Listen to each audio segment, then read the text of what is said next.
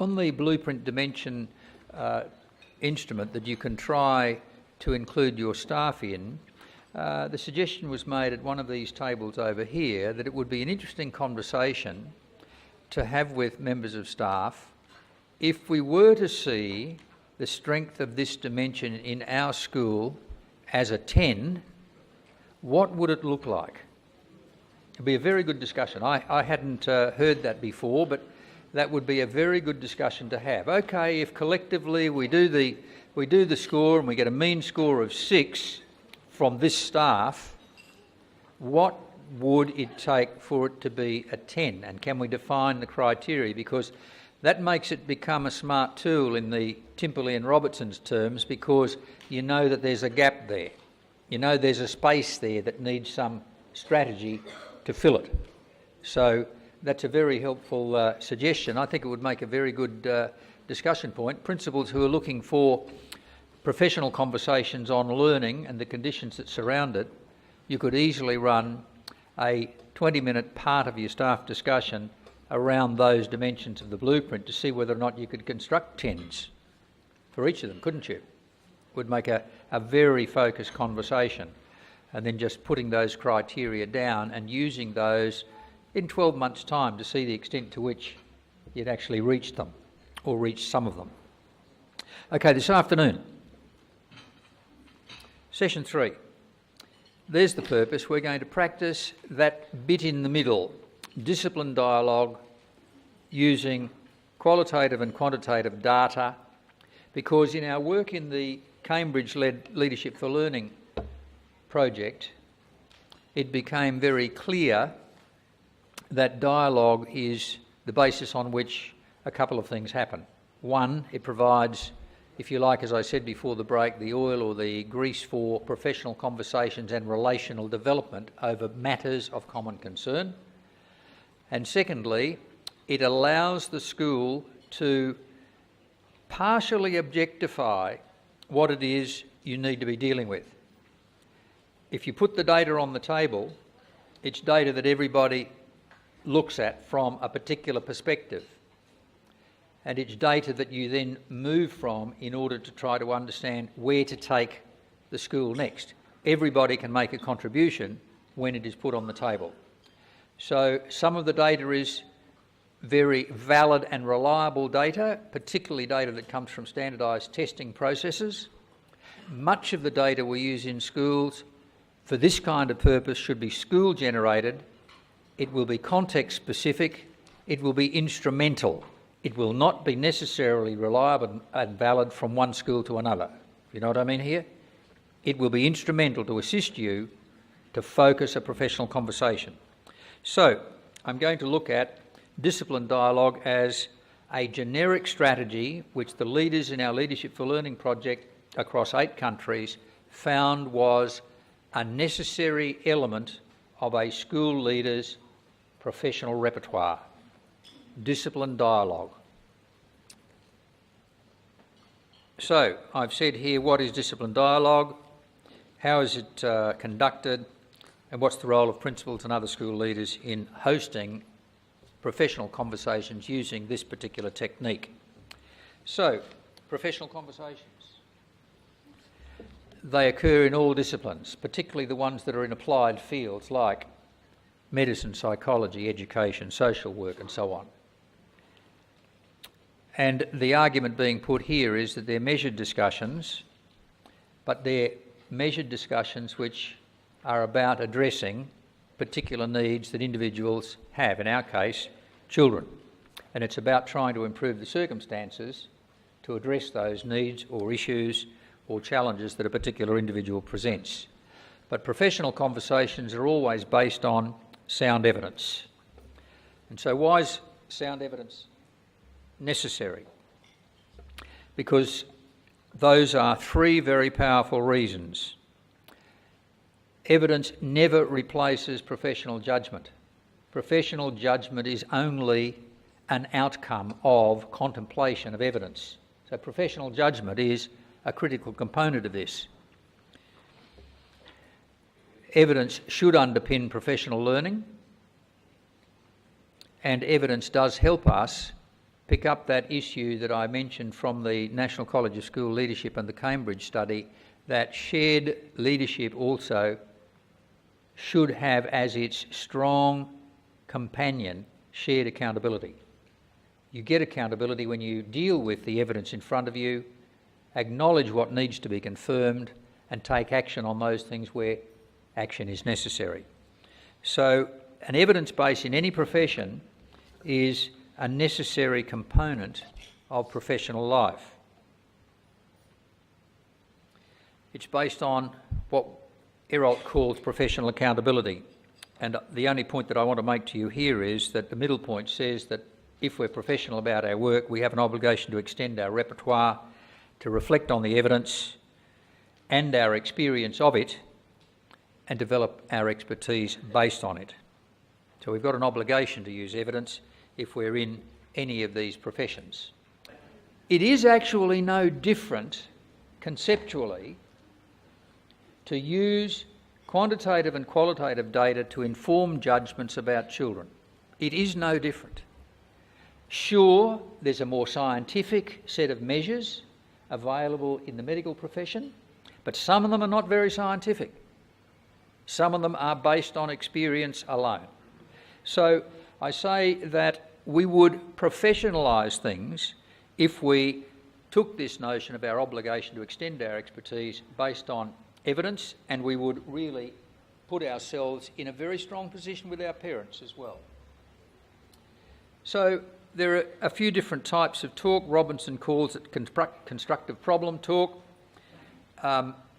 In the medical profession and psychology, they call them consultations. In ours, we can call them professional learning conversations. You could call it what you will, but these evidence-focused conversations are what we should be having. And I know that many of you think that I'm really talking about hard-nosed evidence all the time. I'm not, and you'll see that in a little while. So we are using the term in this particular project of disciplined dialogue for a couple of reasons. You'll see here that they're about all-embracing conversations, but their focus is doing better for learners, as it would be if we were in health, doing better for patients. That's our focus, doing better for learners. And that it's disciplined because it's not based on stereotype. It's not based on the kinds of things where we come into the staff room and just dump because that kid's just been getting really underneath our collarbone. It's based on what we can gather factually about the kids and based on our experience of them, the two forms of data. So we're saying that disciplined dialogue is disciplined two ways because it's focused on doing things better for kids. That's the last one, the second purpose, and it's focused on the evidence of our understanding about student learning and achievement. And I said that we're going to practice this. So let me give you a practice example. If you open your packet to the red sheet, we'll take you through an exercise. Okay, colleagues, if you look up here at the screen, you'll see that the practice example on the red sheet has got nothing to do with school. And I've said the reason why it's got nothing to do with school is it's a very easy example for you to start to practice disciplined dialogue. If you're going to start that notion of relational trust about evidence that you're going to use in schools, you need to start with something that's not going to hit somebody over the head with a hard issue to begin with. So this is an easy exercise. It's just to practice the approach to disciplined dialogue that we talk about as a generic strategy for principals. So here's the footy. This is a club for children. It's not a footy club. It's just a general sports club. And it's got a clear purpose because obviously sports clubs will have something they want to undertake, and the purpose is to attract as many young people as possible into a healthy sporting environment to enhance their health and well-being. That's a good moral purpose, isn't it?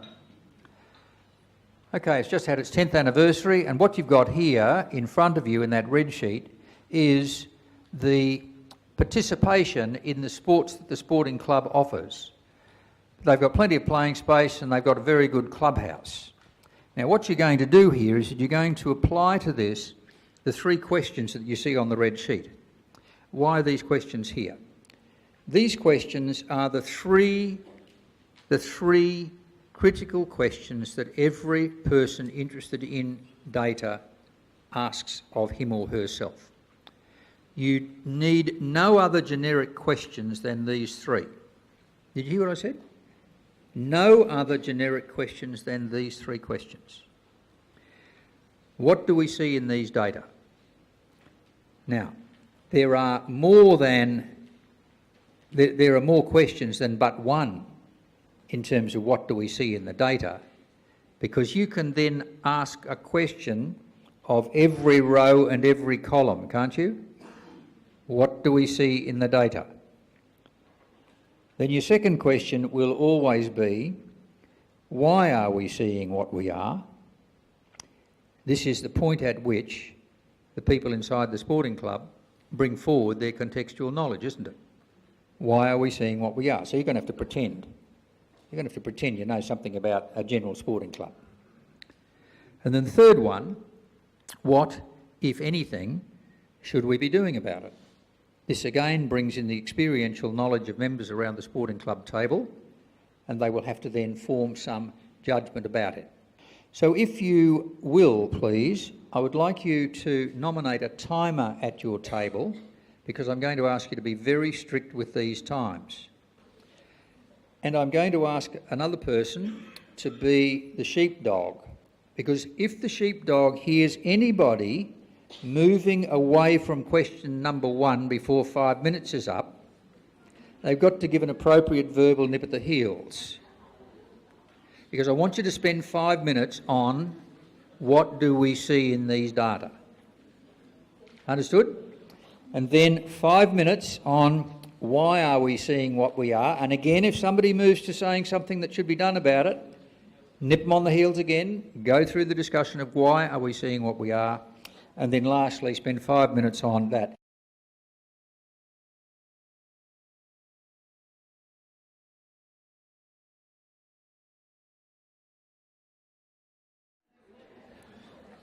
So this is just a 15-minute discussion you've had, and I'm assuming that you're all very disciplined with the 5 by 5 by 5. It's not the most ideal, because really you should spend as much time as possible on the first 5. The first 5 should actually be probably about 10, if you were really going to be disciplined about it. So what I want you to do now is just to find somebody at your table who can say one of the things that the data told you, that is, what do we see in these data, very quickly. So Leonie's going to rove and pick a couple of different tables this time. Give us the outcomes of the 3 questions. Okay. The one obvious piece of data was the drop-off of girls in soccer when they got to 17 to 20-year-olds, so it was an obvious point. Is that right? Yep. Yep. Why we're seeing what we are, don't know. And the third one was we felt like we needed to collect more data about to get a clearer picture of what was really going on. Yes, you could ask that question. Of course, there's no historical data here, is there? It's a one point in time. So if you were a sporting club and 10 years old, it'd be very valuable if you had a bit of just historical data, wouldn't it, to see what the drop-off was. You'd probably then understand it a bit better. Right, I'll pick another one, Leonie, because I'm going to make some comments about this. They actually had no reasons because they probably didn't feel they knew the context well enough as well. Leonie, who have you got? Well, at this table here, I'm just the reporter. And there's a lot of shared leadership going on and very collaborative. The group at this table said that the older girls became less active. That's what they saw in the data. One more, thanks, Leonie. We were interested in the snooker. We thought the 5 to 8-year-olds would not be able to reach the top of the billiard table, the snooker table, so there was a problem there, and we thought then also that they didn't have the coordination, and we thought to get an overall picture you would have to have more data, perhaps looking at a couple of years beforehand. It may have been just a cyclic drop somewhere along the line. Yes, although that it could have been that when you look at 5 to 8-year-olds and they're standing up beside the snooker table, they're not tall enough. couldn't it? So you could actually jump from there to say, well, the participation rates in snooker, 5 to 8 years, is low. We notice that snooker is not a game that is played by 5 to 8 year olds. They appear to be too short. Therefore, our final question, what, if anything, should we be doing about it? The answer is we should be sawing the legs off the snooker tables. Now, what I'm doing that for, and this is why I liked your example over here, is because description is description. And it's absolutely critical that you spend time in describing. And if you're going to be disciplined about any data, you know you've got to go by column. So what's happening for boys in tennis, what's happening for girls in tennis, what's happening for boys in snooker, girls in snooker. You know you've got to go by row. And mine, of course, gives the totals over here as well. Yours didn't have the totals. I thought you might have added those up and put some totals down for yourselves, because you can see that over this period of age ranges, there's a peak at about 13 to 16 and then a drop-off again here. Now, it depends where you want to put your reasoning. Why are we seeing what we're seeing? Do we want to include it at the end point in terms of what the totals are, or do we feel there's sufficient reason for concentrating on girls in soccer as opposed to youngsters in snooker? That shows you very clearly the knowledge of the context is critical in interpreting data, and it recognises the input that members of the sporting club have to that interpretation. You cannot do anything with data without people around a table. Now, that even applies in the ACER when they're looking at your NAPLAN results. You actually have to attach people to the data at some point, and this is the point where it's done. So spend the time being as descriptive as possible. When you move to the second question, as I say, generic questions for the management of data. When you move to that second question, that is where judgment will begin to be exercised. What are we seeing in our experience that we draw to our understanding of these data? Why are we seeing what we are? It's a very powerful question. It can include everybody, because every teacher around the table will have a view. It might be similar to 3 or 4 others. It could be slightly different from 3 or 4 others. And then, of course, you have to move to what, if anything, should we do about it? Now, at that point, you really are going to have to prioritise, because should we be doing anything on this tabular information about boys, or should we be concentrating more on girls? Are things more critical for girls than boys? What should be our priority?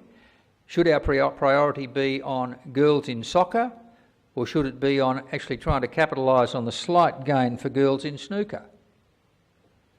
So there will be a judgment about where the priority should lie when you move to the question, what, if anything, should we do about it? Again, you really need the perspectives of professional people around a table to assist in setting the priority and making the judgment about where your energy and effort will go. So, the 3 questions are 3 foundational questions in dealing with any data. They are 3 questions which you as school leaders should be able to employ consistently. And you do that, I know, but knowing in a self-consciously reflective way that they are part of a key generic strategy for people who are engaging with data is very, very helpful to you.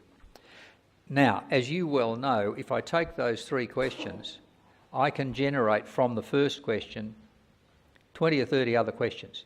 But they are all questions about what we see in the data.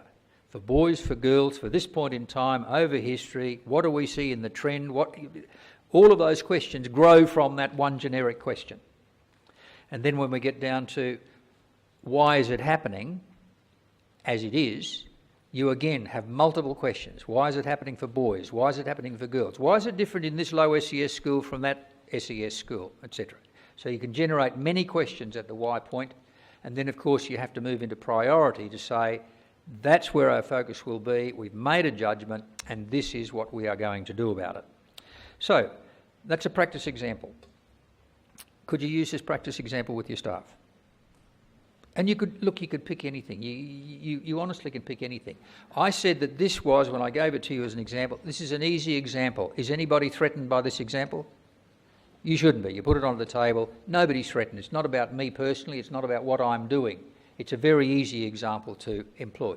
You can do it with any range of stuff. Traffic counts. Doesn't matter. Pick something that is quite easy to start disciplined dialogue discussion about, so that ultimately your teachers know and understand the same 3 questions that you're employing consistently. The big thing about school leaders is to make sure that there is sufficient exhaustion of the description before you move to explanations of reasons why, or to strategies for improvement, strategies for doing things differently. Okay? So you need to exhaust what is there by asking those questions. So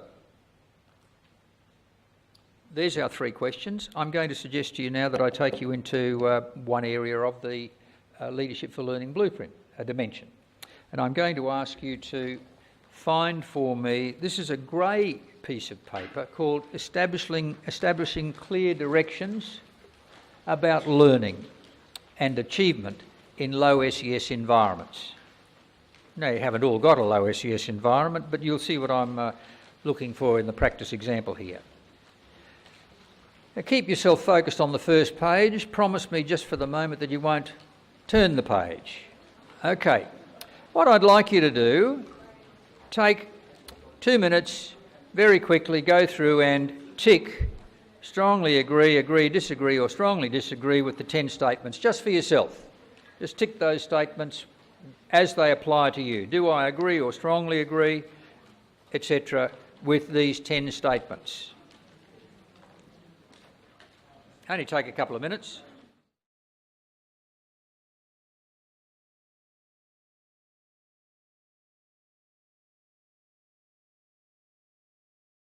Okay, will you turn the page? And I'm going to give you this time 5 minutes to discuss the data from a school. It is data from a school.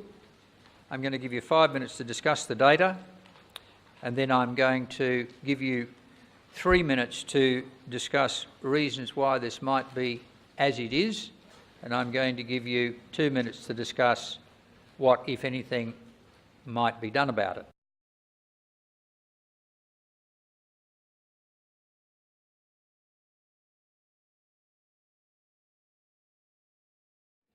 I'm not going to spend time asking for a table report this time round, but I will the next one. That was a slightly harder data set than the safety of a sporting club, wasn't it? And I think you'd find that if you were in a low SES school and you collected data from your staff about some of those questions, it would be very interesting for you to aggregate it and put it on the table for a staff room discussion. They're fairly standard questions about attitudes and values that teachers bring into their practice with children. And we know that deficit theorising is still alive and well in many environments. And it certainly allows for, deficit theorising allows for blaming the victim culture. And so if you're in a school where you don't know what the staff members' views are with respect to the core purpose, the moral purpose of the school, you probably need to. It's a very helpful device, but you'd have to work it through at an appropriate point when you felt it would be constructive, wouldn't you? You'd have to be using all of those dispositions that I mentioned earlier on about the level of relational trust that exists within the staff for difficult issues that are brought to the surface through different data gathering processes to be put on the table. That kind of activity opens up the possibility of a genuine discussion about a school's moral purpose. And there are many others that you can do as well. One of the things that we have done in the pilot project is to produce a handbook of data gathering instruments across all of the dimensions of the Leadership for Learning blueprint. That's but one. It's one kind of tool that you can use to provoke a discussion about the school's moral purpose. You can develop many others. A very simple example is to go into your prospectus and see what words you're claiming the school is supposed to be doing for your kids, and see the extent to which these claims are actually substantiated by members of your staff and if you're game enough, members of your parent body. Just get them to give you their perspectives on it. We'll open up a very interesting staff room conversation about the claimed purposes, goals, vision that you're trying to achieve with your children, and the extent to which it is lived and understood by others. So there are many ways you can gather evidence to put on the table that is not standardised, but it's instrumental. And my good colleague John Macbeth from Cambridge always uses the term, it has to be a tin opener. It has to open the tin to get the discussion out. So these disciplined dialogue questions are very, very important to anybody trying to engage with evidence. We address that first question by trying to ensure that we will exhaust the data for as much descriptive detail as possible. It is always hard to keep teachers to descriptive detail. They will tend, as we generally speaking all will want to, we'll either jump across to reasons or we'll jump even across the reasons into a solution just by looking at what we see. So it's a real discipline to actually exhaust what the descriptive power of the data is saying. And so as a leader, it's very important for you in helping staff members engage with those data to model that. Have we really seen what is here? I'm going to give you a much harder example in a moment. The first two examples I've given you will pale into insignificance by the third example I'm going to give you, which is much harder again, right? So it's an easy one, a slightly harder one. I'm going to give you a really hard one now, and then I'm going to take you back for a reward to a very easy one, all right? So if I take you then to just the last two questions, just to reinforce them for you. Why are we seeing what we are when people know and understand what they have described in the data? It allows teachers around the table to bring their perspectives to bear on what they see. One of the reasons why you couldn't do the exercise on why are we seeing in the sporting club what we are is that you weren't there in the sporting club. But if there were 3 or 4 mums, 3 or 4 dads, 4 or 5 older adults around the table, they would all have a view of why they're seeing what's happening to the girls here, right?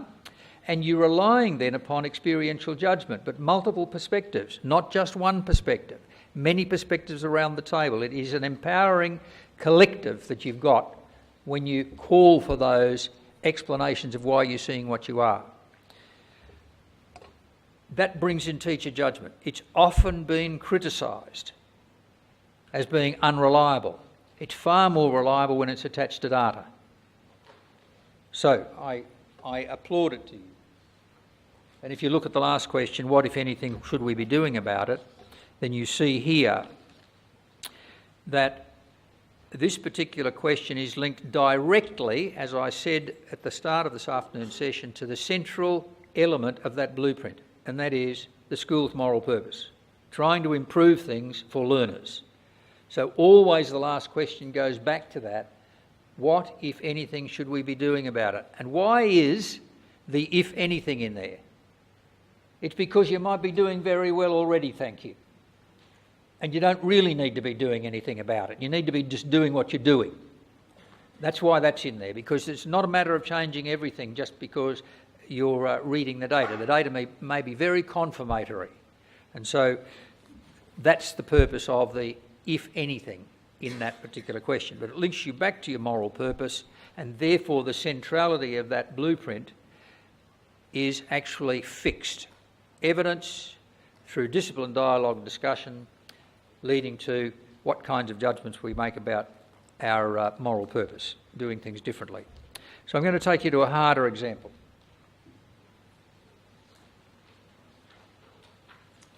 Practice 3, harder again. Okay. This particular thing that I'm going to show you is contained in this sort of yellowy watsy coloured paper. Okay, I got that? Now, you have a look up at the screen. It might be hard for you down the back, but you don't really need to see this. I'm telling you that this example that you've got on this yellow sheet was an example of the reading level of each child. You might like to take a note of this, but it is on the bottom. The reading level of each child in in 3 Year 1 classes, plotted against the number of weeks they have been at the school. So if you look at the graph that I'm going to put up now, you just need to see the shape of it. You'll see that the number of weeks that is in the school is from 0 on the left hand of the x-axis to 40 on the right hand of the x-axis. 4 terms of 10 weeks or 40 weeks the school has been in play, in operation. And if you look at the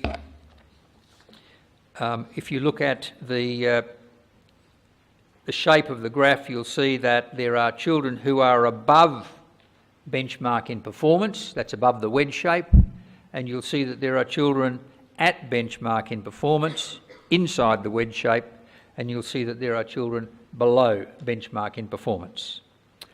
The dots and squares show you that there are 3 different teachers. Okay? Now you don't need to look at that one up there. Take this one out now because I've translated that into tabular data for you. Okay, so there are 3 different teachers. So you've got teacher A, teacher B and teacher C, and you'll see if I just give you a hand into this in the diagram. Look at the top for teacher A. There is, for teacher A, there is below level 1 child who's been at the school for 2 weeks. The numbers at the top show you in the green bar for teacher A that if you run right across, there are 25 kids in the school, right? Or 25 kids in the class. Can you see that? Okay. Teacher B, go to the green bar. Teacher B's got 31 kids if you run right across. Teacher C has got 25 kids if you run right across. So, if you look at the number of weeks, you'll see that the number of weeks starts at 2 and goes up to 40. So clearly, some children have been at the school not very long. Is this right? Some kids have only been at this school for 2 weeks. Some kids have been at this school for 40 weeks. How many kids for teacher A were at this school for 40 weeks? 1. Okay, how many kids were at 40 weeks for teacher B? 0. How many kids were there for 40 weeks for teacher C? 1. Right, so you got the picture? Okay, and it's telling you the level at which they perform, below level, at level, above level for each of the teachers. So I'm going to give you about 15 minutes to exhaust what the data are describing. What are we seeing in these data? So you've just got to describe what you're seeing in the data before you go along to the second question, and I'm not going to re-practice every question from here on, but I just want you to spend some time looking at what you're seeing in these data.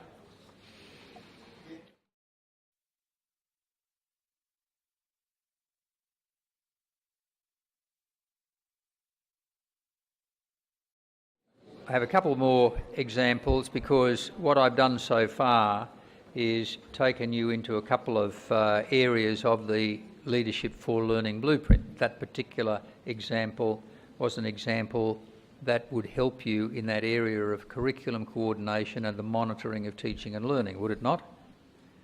So having some smart tools available to you, not my term, the Timperley and Robertson term, having some of those tools available to you, looking at some different models of what will allow you to focus on teaching and learning is very interesting for you. We had in the Pall pilot project quite a lot of attention given to gathering data about teaching and learning as principals with their teachers moved into interventions in reading. And some very, very interesting ones, as you would imagine. So, say for example, a school takes an explicit approach to the teaching of known key comprehension skills in, say, years 5, 6 and 7, or maybe even earlier. Let's just say 5, 6 and 7. And the teachers have all been through professional development for the strategies that accompany those key approaches to teaching comprehension. And so you run a very quick instrument past the teachers about which of these strategies, and the strategies are listed, about which of the strategies do you feel confident, which of the strategies do you use frequently in your class. And you run a similar instrument with the children. Which of the strategies do you have used consistently or frequently with you in the class, and which of the strategies that you like using or you use often. And you compare the two sets of data. They are very instructive when you put them on the table from 5 teachers who've been through the same PD program, and then they look at the data themselves and examine it with you in terms of what it tells you. They're the kinds of smart tools that you need when you're concentrating on teaching and learning. You can spend a lot of time analysing performance data to identify points of entry to doing things differently, but the data on performance won't give you the strategies, and it won't tell you things about the strategies. You need to actually gather information and evidence about strategies from your teachers in terms of what works, where their confidence lies, what they're credible about, how they're making connections with their kids and so on. They don't come out of standardised tests. So learning should constitute a pretty important focal point for the gathering and discussion of data. So let me just take you then to an easier example, a very nice one.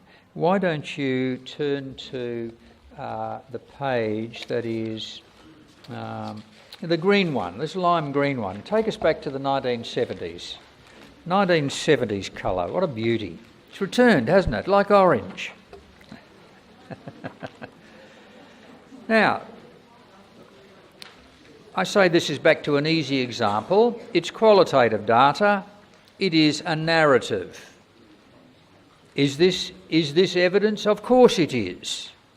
And school staff rooms are full of narratives. Little case accounts of experiences with children are narratives.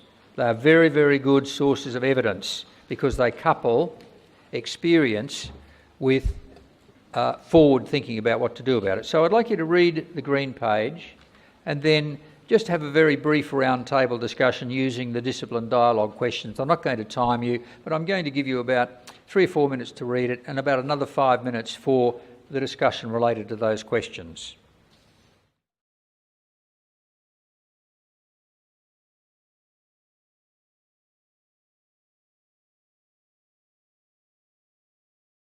But let me just draw your attention to a couple of things.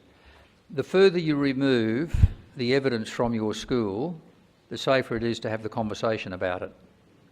So if you're looking at building some relational trust with your staff members about the use of evidence or data and what could or should or may be done about it in your school, it's much easier to start from more remote sources. And I put a couple of them in there for you. If you pull out the yellow sheet, which has a couple of bar graphs on it, you'll notice this comes from an analysis of the data from the Pall pilot project on the leadership blueprint dimension of making connections beyond the school into parents and the wider community for support. This has proved to be a very useful description drawn upon the evidence, which shows, if you look at the very first line of it, the lowest score of 4.4 on a 10-point scale from the Pall Pilot Project principles was in response to the question, how strongly would you say parent and community support is in evidence in your school? And then there's an analysis of those data. And of course, if you turn over the page, you'll see that the questions would allow you to open up this discussion in quite a safe space. What are you hearing and seeing in the findings from the 60 schools reported here? Note 3 specific findings. What reasons do principals offer in explanation? Note the significant ones. what could or should schools do? So you're removing it from the immediate and opening up the discussion.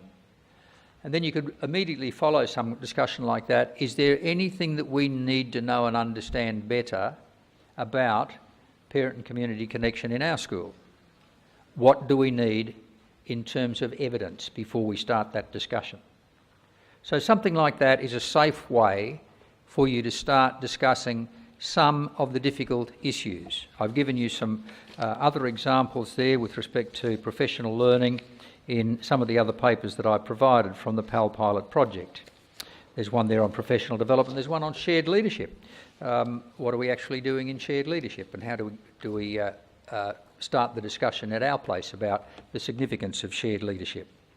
So creating the safe spaces as an important prelude to risky places is a very important strategy for you as school leaders. Coming in with hard-edged data early before you've created, if you like, the trust platform from which you can really engage with things with your staff can be counterproductive. So moving in from what I'm calling in my language safe spaces into more risky places is a very good progression to follow in using the discipline dialogue questions. So you can always relate some of these things even after you've examined the remote circumstances that I've just shown you. You can always relate these things back to your own school by asking similar questions. What do we need to know here? What data do we require? What will it tell us? Let's get it. Okay, so your role in hosting, if you like, discipline dialogue. You'll see that in this particular slide, the role is one where you would be actively involved, where you would build trust and support. That trust and support will foster shared leadership, provided the other dispositions that I've spoken about earlier on are there. And it will, I think you would agree, because of the process, have potentially an intrinsic respect for teacher judgment built into questions 2 and 3. Teacher judgment is built into questions 2 and 3 with you. And of course the last thing that I've got there is that it creates what I'm calling an inquiry habit of mind. Not me that's calling that, I call it research mindedness, but you'll see here that Earl and Timperley in their book on professional conversations call it an inquiry habit of mind.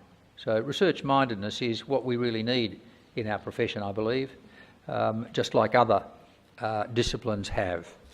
So those kinds of things are intrinsic to a leader's repertoire if we're going to make use of good qualitative and quantitative data to aid those professional conversations that lead to improvements related to our moral purpose.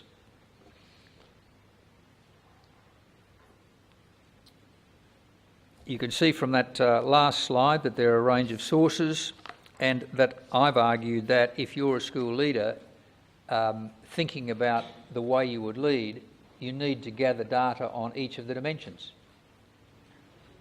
Qualitative and quantitative data on each of the dimensions. Every day of the week? Certainly not. Periodically? Yes.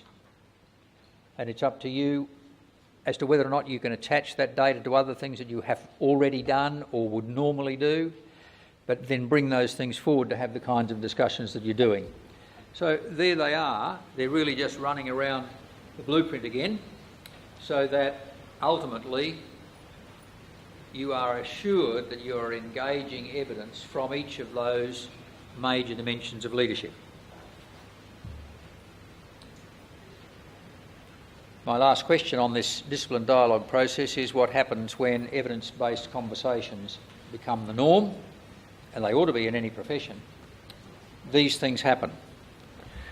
It creates that research mindedness that I spoke about just a moment ago, and I believe that that is really a fundamental element for anybody or any group that should call itself a profession.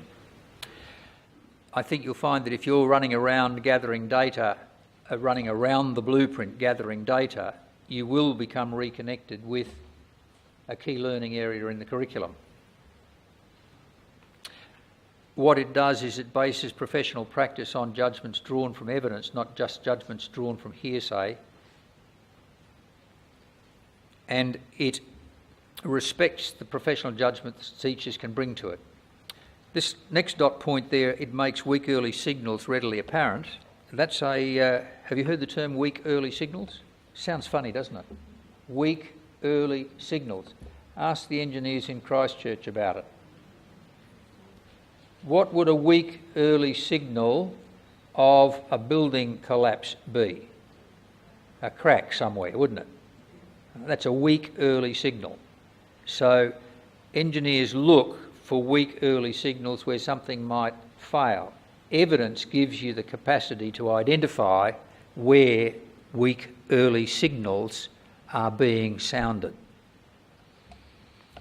And the other thing about evidence that I think we should take into account, just as the story from Czechoslovakia told you, that you do get strong justifications for feelings of satisfaction out of strong evidence. And those feelings of satisfaction out of evidence, they should be celebrated, and they should be applauded, because they are demonstrating what it is that ultimately we're aiming to do across the board with children. So evidence is not always employed in a pejorative way. Evidence often can be confirmatory, and it can substantiate high quality work amongst staff, which ought to be acknowledged. So I'm coming to a conclusion, and you can see that overall I'm concerned about professional conversations, and that these can actually validate and enhance and support teachers in their work. There's a range of references, I think. John, is this is on the USB? Okay, there's a range of references there. Listen, if you have a look at the references for the overall set of materials, you'll find that in the best evidence synthesis that I've included the latest work of Robinson's, which shows the relationship between the 8 dimensions that Robinson talks about. We actually wrote ours 2 years before she did, but there we're reading the same literature, so you'd all end up in the same place, wouldn't you? But there, she's actually added those dispositions that I spoke to you about, and there's a very nice diagram showing the dimensions that we've been talking about basically all day, and then the dispositions that you need as a leader to enact your work across those dimensions. A very nice diagram in the Robinson article on your USB stick.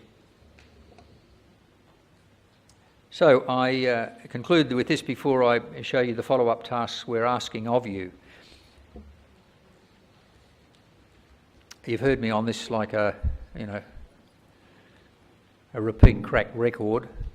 Only through learning will achievement be changed. And there, look at the words never ending. Every year is a different year, isn't it?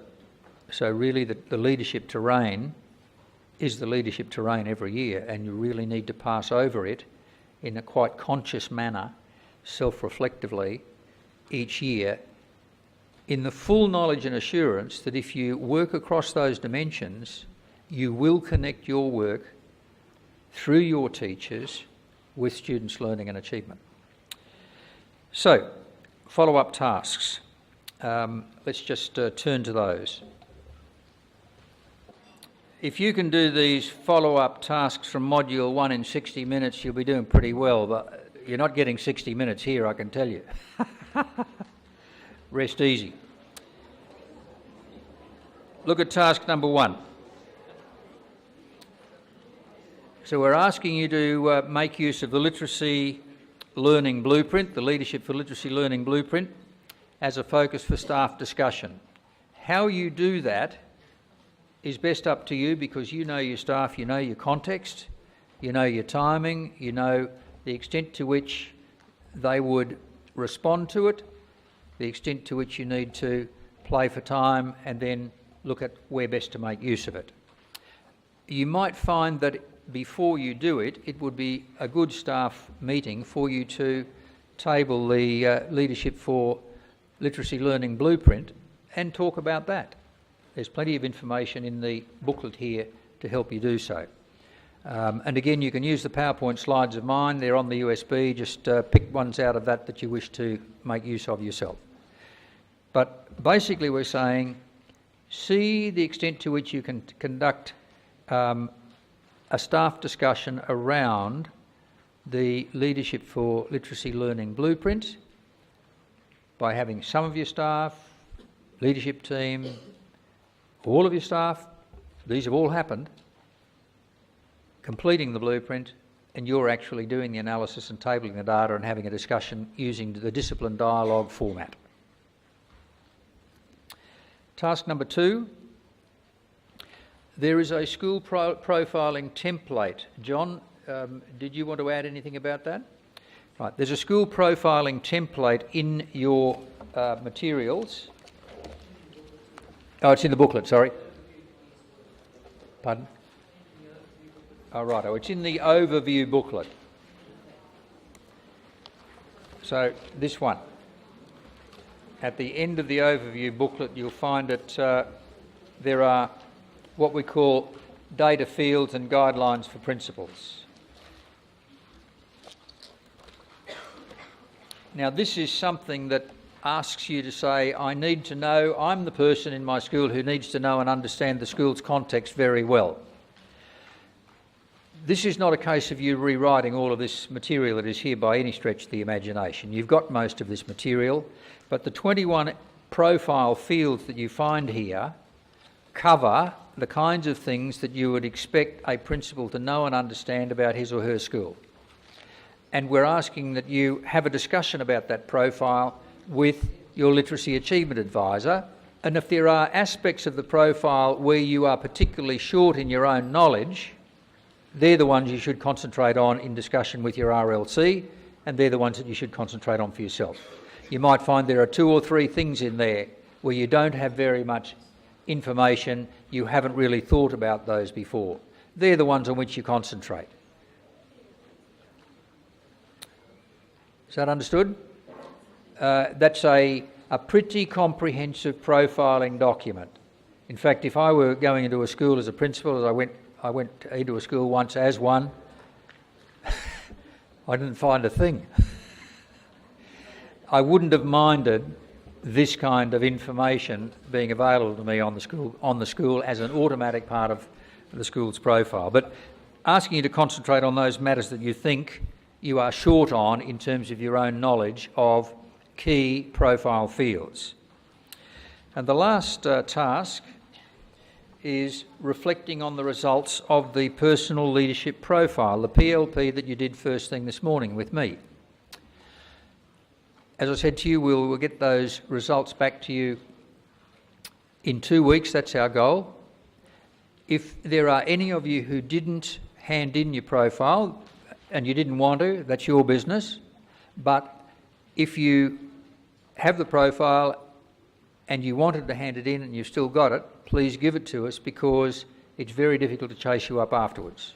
What happens is we do a bulk processing of these, and ultimately, John, coming back through John, they'll be emailed to you. Right? So you'll get your own profile in the mail, in the email. Don't do what I do. If you see a name of somebody on a message that you've never seen before, trash it. That's what I normally do. So in this particular case, we're going to send him to John Binks Williams, because if you see his name, I know you normally trash stuff from him, but in this particular case, I'd like you to look at the title, which will be PLP, or Personal Leadership Profile. So we would like you to, with your personal leadership profile, to look at it, see how you stack up against the normed group of your peers, and then have a conversation about that with your RLC, about what these data are showing you, why you may have rated yourself as you are, and what, if anything, should you be doing about it? Well, blow me down. The discipline dialogue questions rear their ugly head again. Same questions. Well, bugger me. So that's the kind of conversation you can have with your RLC about that, and it may give you some connection with the school document that you do with your staff. I think you may find there's a connection there. And if there's a connection, then you'll have a capacity to work with your staff to start to talk about areas where you need to make some adjustment, some change in teaching and learning perhaps to lead to improved achievement for kids in literacy. And of course, there'll be more on that tomorrow because tomorrow's all reading. And so there'll be fundamental areas of reading which obviously will load you up conceptually with that key area of the curriculum. Now, John.